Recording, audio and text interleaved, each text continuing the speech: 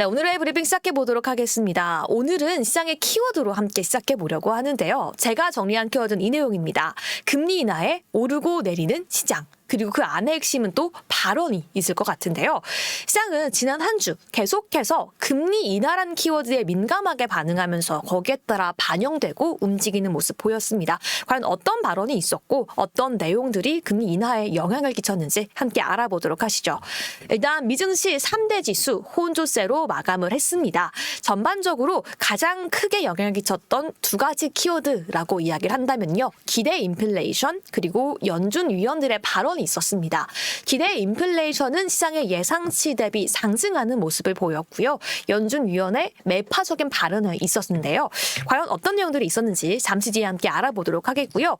여기에 더해서 미국의 미시간대 소비자 심리 지수는 급락했습니다.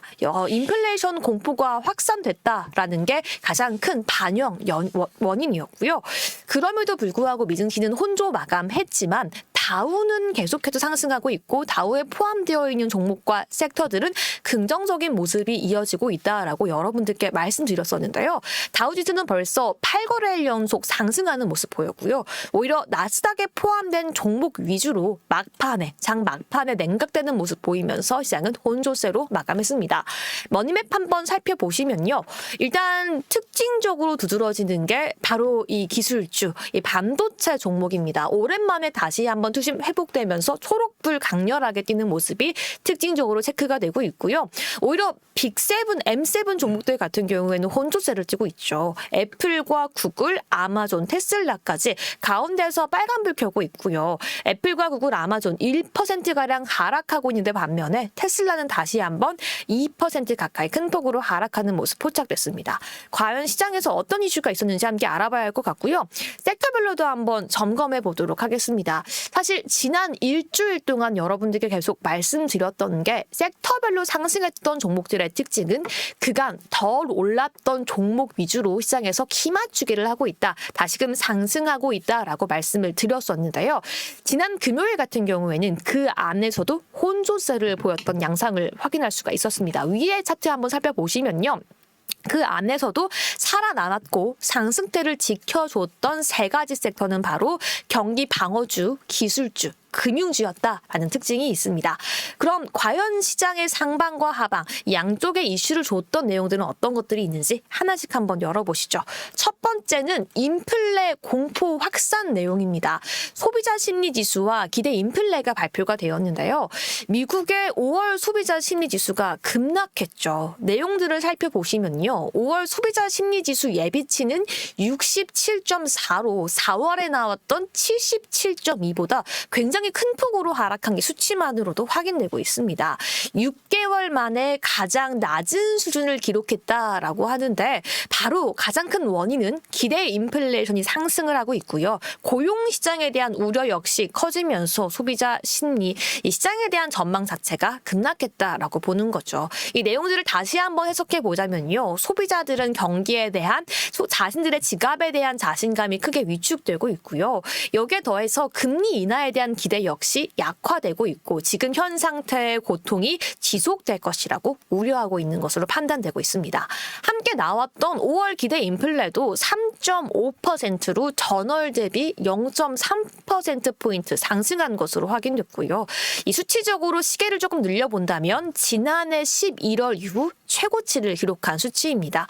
이로 인해서 이 기대 인플레가 발표된 직후에 2년물과 10년물 국채금리는 다시 한번 상승하는 모습 체크됐는데요.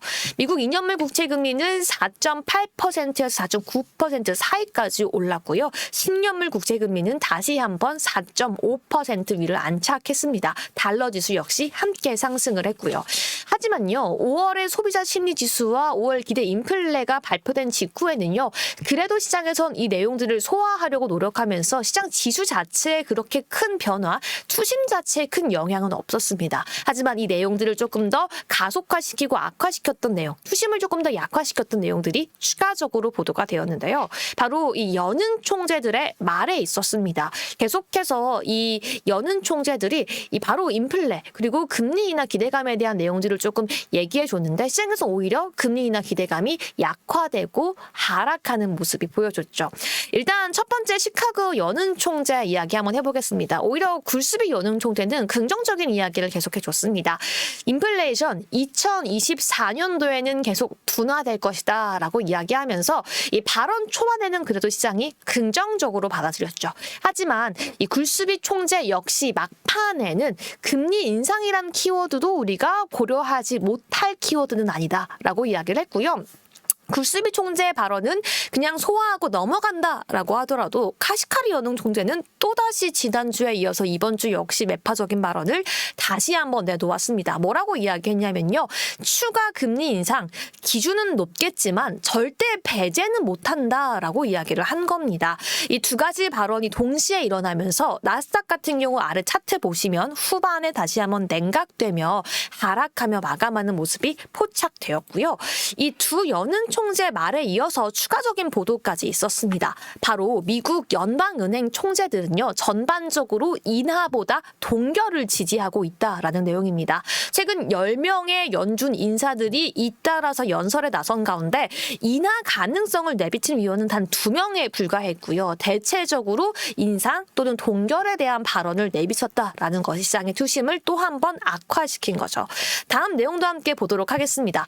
어쨌든 시장에서 전반적으로 금리 인하에 대한 기대감이 약화졌지만 오히려 반대로 반도체 투심, AI 랠리에 대한 기대감은 다시금 살아났다라는 게 특징적인 시장이었는데요.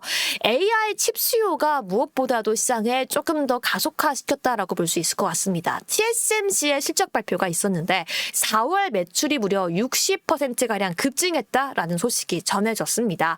물론 지난달 초에 대만에서 큰 강진이 있었지만 이 영향 역시 적었다라고 이야기를 하고 있고요. 여기에 더해서 가이던스 역시 긍정적이었는데요. 올해 AI 열풍으로 연 매출이 무려 20%에서 25% 가까이 성장할 것이다. 그리고 TSMC CEO도 나와서 우리의 이 매출 호조세는 다 엔비디아 덕분이다라고 이야기하면서 전반적으로 필라델피아 반도체 지수 상승, 마이크론 테크놀로지도 상승, 엔비디아 역시 상승하는 모습 포착됐습니다. 여기에 더해서 AI 투심을 자극했던 한 가지 이슈가 추가적으로 있었는데요. 바로 ARM입니다. 사실 지난주 초반에 반도체 투심을 악화시켰던 여러 반도체 기업 이슈 중에 하나는 ARM의 실적 발표 소식이었죠. 가이던스가 악화되면서 반도체 전반적으로 투심이 조금 끌어내려졌습니다. 하지만 ARM의 90% 가까운 지분을 보유하고 있는 일본의 소프트뱅크가 엔비디아처럼 ARM도 팹리즈 세대를 통해서 내년 봄에는 시제품을 선보이고 2025년 가을에는 양산을 하겠다라는 목표를 다졌고요. 무려 최대 10조엔 가량을 투자하겠다라고 전망하면서 시장은 다시금 투심이 살아나고 시장에서 큰 폭으로 하락했던 ARM, 아몰딩스 역시 5% 가까이 상승을 했죠. 이렇게 전반적으로 반도체 AI 함께 상승하는 모습 보였는데요. 반면 M7도 함께 짚어보도록 하겠습니다. 혼조세를 보였고 M7 내에서 4가지의 종목이 하락했다라고 말씀을 드렸는데요. 그중에 하나가 테슬라였습니다.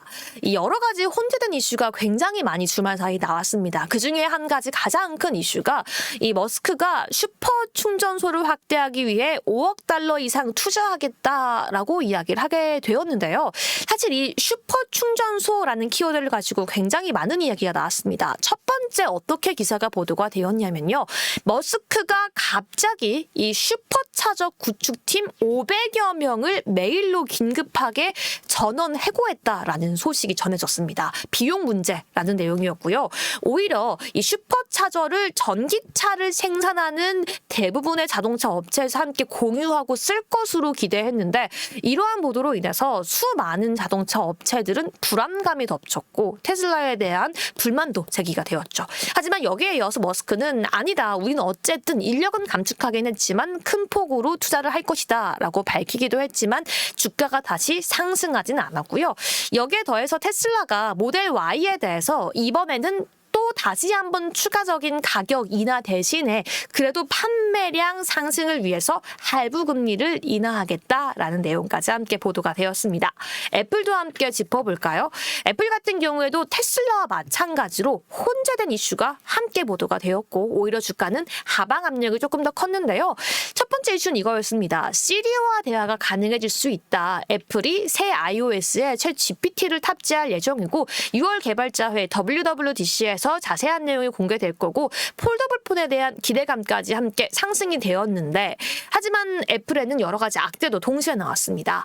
이 애플 매장에서는 노조가 첫 파업을 결의했다라는 소식도 전해졌고요. 무엇보다도 새 아이패드가 발표가 되면서 LG 등 여러 광고가 좀 베꼈고 예술성보다는 파괴 광고 논란이 커지면서 투심이 악화되는 모습. 여기에 더해서 영국 내에서 언론협회 역시 애플의 AI 광고 차단 기능이 언론사에 위협이 된다라면서 관련된 불만을 토로하면서 애플과 테슬라 모두 하락하는 모습 간밤에 포착됐습니다. 여기까지 시장 중요한 내용들 함께 포착해봤고요. 어떤 내용들 분석해봐야 할지 잠시 뒤에 함께 만나보도록 하겠습니다.